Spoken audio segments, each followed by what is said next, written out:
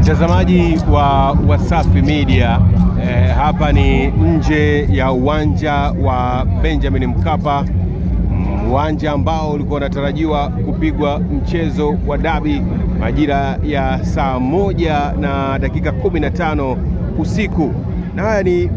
majira ya mchana, muda ambao ulitarajiwa mashabiki wawe wanaingia kuchukua nafasi zao katika dimba la Benjamin Mkapa, lakini watu ni wachache kwelikweli ambao wanaingia uwanjani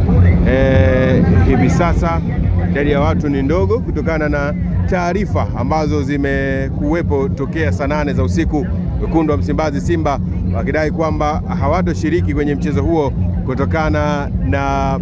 kuzuiliwa kufanya mazoezi siku moja kabla ya mchezo. Lakini mapema hii leo klabu ya Young Africans ilitoa taarifa ya kuwa wao wataleta timu kama kawaida kwa ajili ya mchezo huo. Hata ukitazama mazingira yalivyo,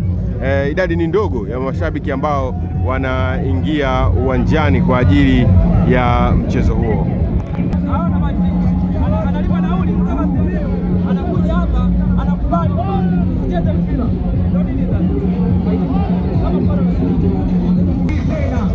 Mtazamaji, bado tuko hapa na tuko hapa kwa ajili ya kukupatia yale matukio ambayo yanajiri,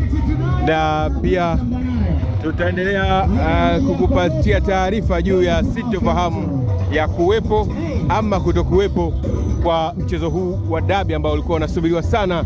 siku ya leo Machi 8, ikiwa ni siku ya wanawake duniani, lakini ni siku ambao pia walikuwa wanakutana Young Africans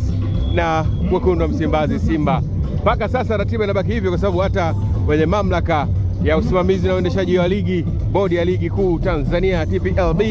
wao wametoa ama wameposti taarifa ya kuwepo